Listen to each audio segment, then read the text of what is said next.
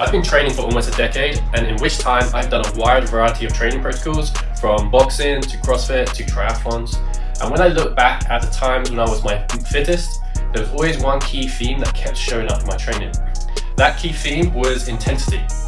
Every time I was training constantly with intensity, my results rapidly increased in the least amount of time. In this video, you can learn what intensity is and how you can use it in your training to best produce the results you desire in the shortest amount of time. Expect to learn how to add intensity into your training and how it can benefit your goals, whether that's to feel stronger, lose weight, be more confident in your body, and overall just improve your fitness level. So intensity is a really good driver for improving fitness and getting the best bang for your buck. So at the moment, you can see me warming up for one of my workouts. This is on the series of training less than an hour a day to improve my overall fitness level. So in the last episode, I did my fitness test and I got a fitness score of 17. My goal is to improve that over the next 6 weeks by training less than an hour a day. Today's session was only 20 minutes long, and with the purpose of training with intensity. Intensity is simply power output. So power equals intensity. But what is power output? Power is force times distance. So this is also work. Force times distance, so how much weight and how far can you move it, divided by time. So how long did it take? So to produce more power and to evoke more intensity from your training, you want to try and move more weight faster. So doing movements like squats, deadlifts, pressing, pulling, these are functional movements and they allow you to move a lot of weight for long distances and quicker. Whereas isolation movements like bicep curls and lateral raises and leg extensions, they don't produce much force, much weight, you don't travel very far, and you tend to do it very slowly. So they don't evoke as much intensity. You might feel sore afterwards, but you won't actually have reached the level of intensity where you want to get the best results. Because intensity will give you the best return on your efforts. And it's the same for anything in life. So intensity is simply doing more work in less time, which is also the definition of power. The more power output you can give, the better, the more intense the situation is, the more intense the workout is. Most people pride themselves on how long they train for. They pay a lot of attention to, I've been training for 2 hours, 7 days a week, blah, blah, blah, blah, blah. But in reality, nobody can actually train efficiently for that long. They will just burn out. What most people should do is pride themselves on intensity. Impress me with intensity. Show me how hard you can work, not for how long, but how hard. And that's the whole purpose of this series, is to prove that training with intensity can rapidly increase results. Even for someone like me that's quite well conditioned, and the more conditioned you are, the slower it takes to see adaptation. For beginners, new people, you see adaptation quite quickly, and even then intensity is very, very efficient. So, but what is the purpose of training with intensity? So the main purpose that most people want to get from intensity is a really good way of burning fat. So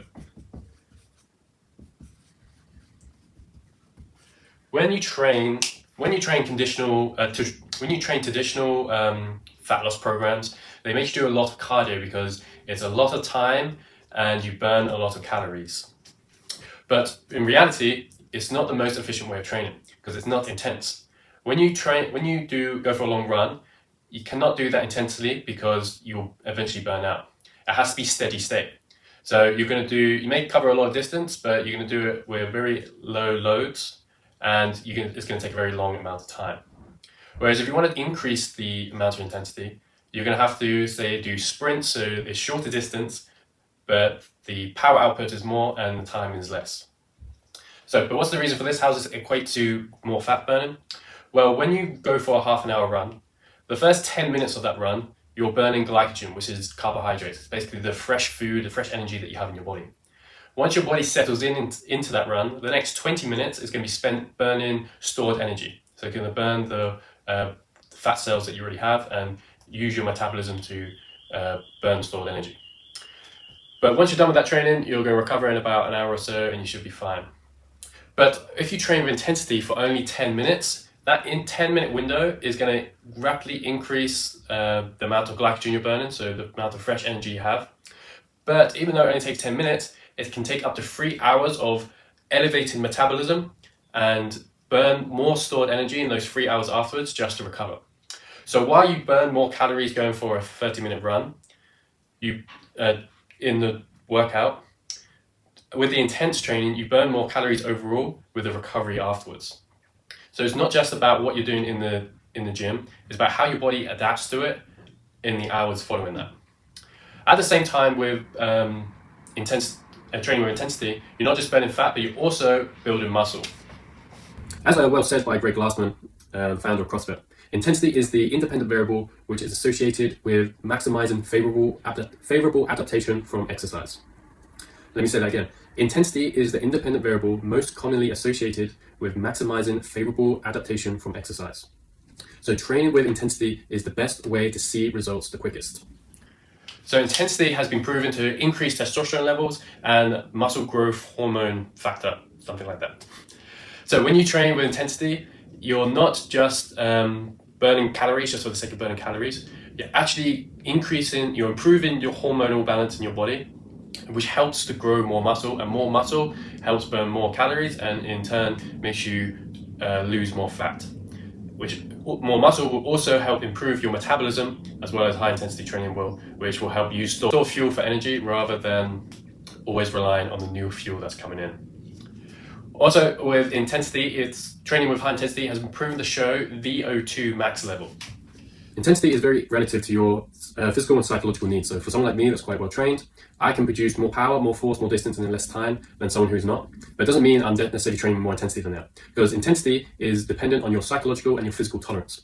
I just have more psychological and physical tolerance than maybe the next person. But if you're a beginner or someone that's quite new to training, your physical and psychological tolerance may be a bit lower. And it's not about being faster or better than the person next to you. It's about pushing the boundaries of your psychological tolerance and your intensity level. So the more you can push your boundaries, is where you get to that golden zone of the best adaptations and the best return on your investment. Training with intensity has been shown to improve our VO2 max. Our VO2 max is basically just the maximum amount of oxygen we can take in.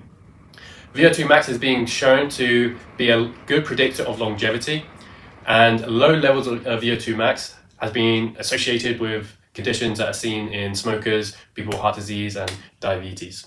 So if you want to live longer and you want to have more fitness and energy, you want to improve your VO2 max, and one of the best ways to do that is to train with intensity.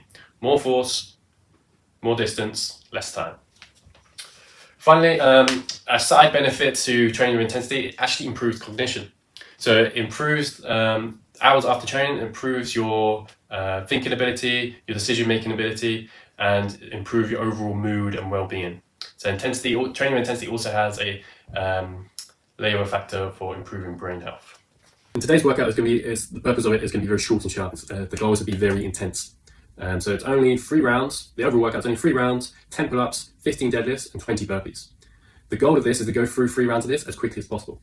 So when I was planning this workout, I originally had it was 4 rounds, but I actually reduced 1 round for the purpose of going harder for not as long. So if I had it 4 rounds, it would involve more pacing, which means I can't push my maximal intensity as well. Because if I wanted to get all 4 rounds done, I would have to pace myself out a little bit more to get the best time. So that's a good example of that. Doing less is actually more efficient than doing more, because in those 3 rounds, I was able to keep pushing to my maximal intensity. So how can someone new or someone quite unconditioned to the gym train with intensity and see the benefits from it? Well, first of all, you need to start with technique. The safest way to stay injury-free and get the best results and build consistency in training is first master the technique. Once you have consistency in mastering the technique, only then you can start pushing with intensity. So if I want to train squatting, first I'm going to learn the technique of the squat, take my time learning that. I'm going to wait until I can repeatedly perform good technique with the squat. Then I can start speeding up the time and increasing the weight that I move on the squat there. So that's how I'm going to increase intensity.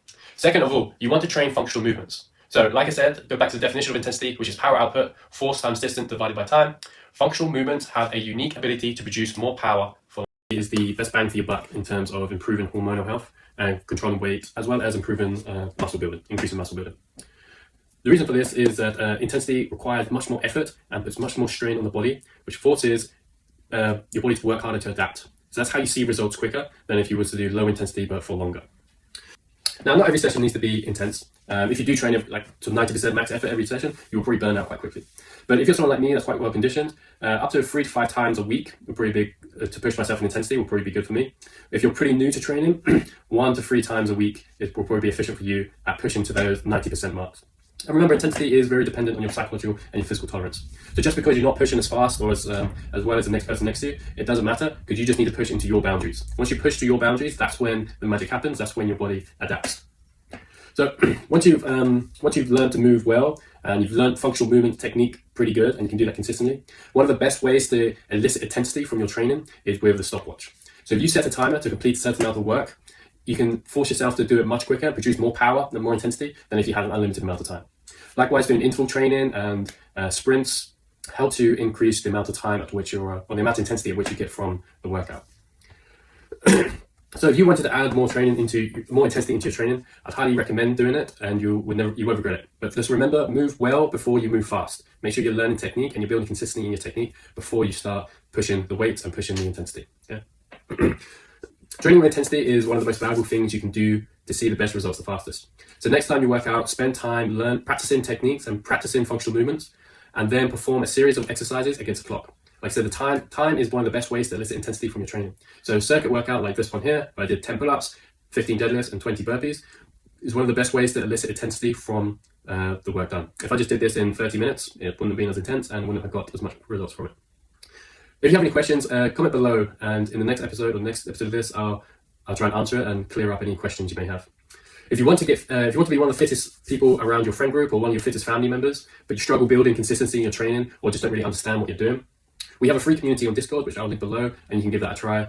It's completely free, and you just surround yourself with like-minded people who want to try and get fitter and better their lives. So in there you get free resources, free accountability, and it's a good place to ask questions and get clarity on what you need to do. So like I said, I was going to do 4 rounds of this, but I decided to do 3 rounds because once I get to the 3rd round, I knew I would have to start pacing. I wouldn't be able to keep pushing the intensity. So this is a good example of that. Training, doing less, you can actually get more efficient adaptation from it. So I only did 3 rounds because by the end of that 3rd round, I was near my peak of power output. After that, it was just going to slow down and the intensity was just going to dissipate. So you can even see now I'm trying to really push, not having too much rest time and keep up the amount of